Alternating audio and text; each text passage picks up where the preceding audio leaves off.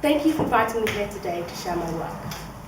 Today I'll be exploring the theme of entitlement, a theme throughout history which has rightfully or wrongfully caused people to fight for what they believe is rightfully theirs. This has often caused the underdog to rise up and grab that righteous moment. But on the other hand, it's caused conflict, prejudice, and war. What makes you believe you're more deserving? Why did Hitler believe he was more superior to the Jews? Will men and women ever be equal? And do black lives really matter? Today I'll be exploring entitlement in various points of views. A woman living in a dystopian world where women are finally getting the upper hand. A stepsister who self degrades her own sister out of jealousy. And to end, a voice from a place where strange fruit grow from trees. My first piece is The Power, written by Naomi Alderman. All over the world, women are finally discovering that they have power. With the flick of their fingers, they can inflict terrible pain. Suddenly, men have no control. I'll be playing the role of Margaret, the town mayor, who is coming to terms with this new pandemic.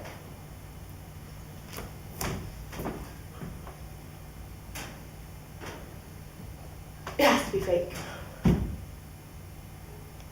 Fox News is saying it's not. Fox News says whatever makes people tune in to Fox News. What are these lines coming from her hands?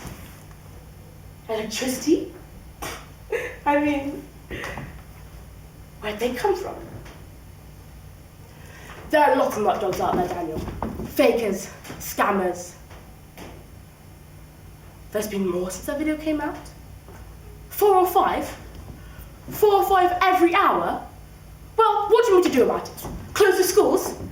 Can you imagine what I'll get from the parents? Can you imagine millions of voting parents and what they'll do to me if I close the schools early today? This thing has broken out across the world. And no one knows what the hell is going on.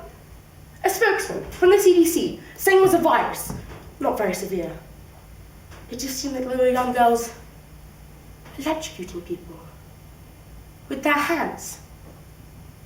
That's impossible, right? That's crazy. Apparently, a lab in Japan powered their Christmas trees from a tank of electric eels. We can't do that with these girls, now can we, Christian?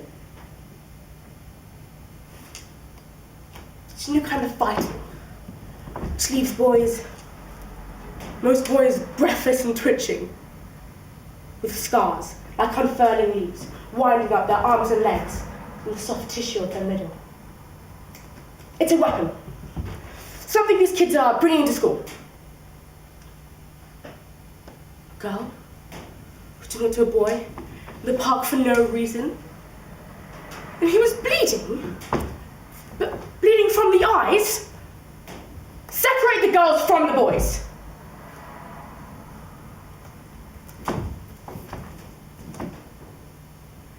My next piece is The Stepsister Speaks Out by Peg Carrot. I'm playing the role of the ugly stepsister, who thinks that she has the upper hand and deserves the prince over Cinderella.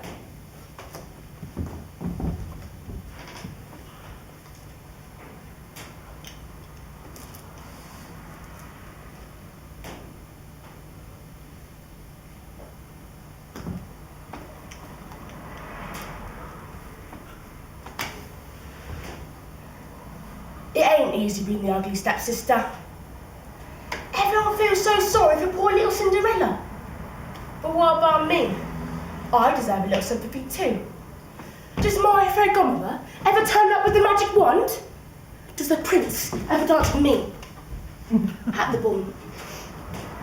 Not on your life. The most I can ever hope for, my pumpkins, is a decent piece of pie. And as for the rats, well, rats are rats.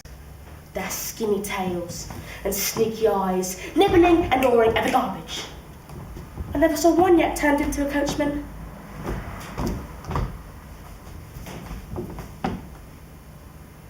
If you ask me, that Cinderella is weird. Certainly, she isn't normal. Besides the fact that she has naturally curly hair and wears those 4.5 shoes, and she is so good-natured, and that's downright sickening. If you had to to sweep and clean and dust all day long, you wouldn't go singing to the birds. Of course you wouldn't. No sensible person would.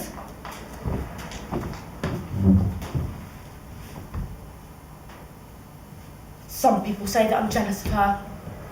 And maybe I am, but with good reason. I subsisted on 700 calories a day for 3 whole weeks. And I did my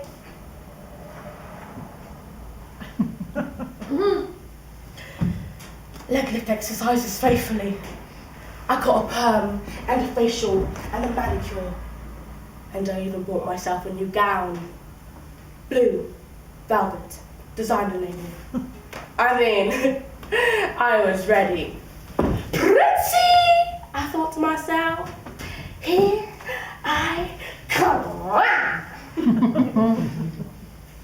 And what happened? Little Cindy, who has never seen the inside of a health club in her life, and doesn't know the difference between a carrot stick and a chocolate eclair, bolts off to the ball and slams the prince. It isn't fair. It really isn't fair.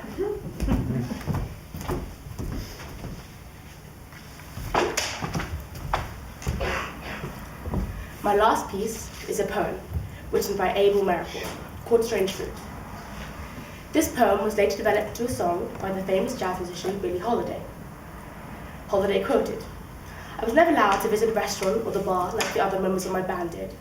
I was asked to enter and leave through the kitchen. But I was also denied fatal treatment for lung disorder due to racial prejudice."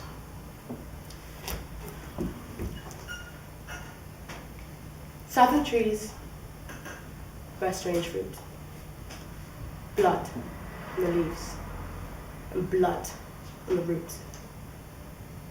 Black bodies swinging in southern trees. Strange fruit growing in poplar trees. The pastoral scene of the gallant South. The bulging eye and the twisted mouth. The scent of magnolia, sweet and fresh. The sudden smell of burning flesh. Here is the fruit, for the crows to pluck, for the wind to gather, for the rain to suck, for the trees to drop, for the sun to rot. Here is a strange and bitter crop.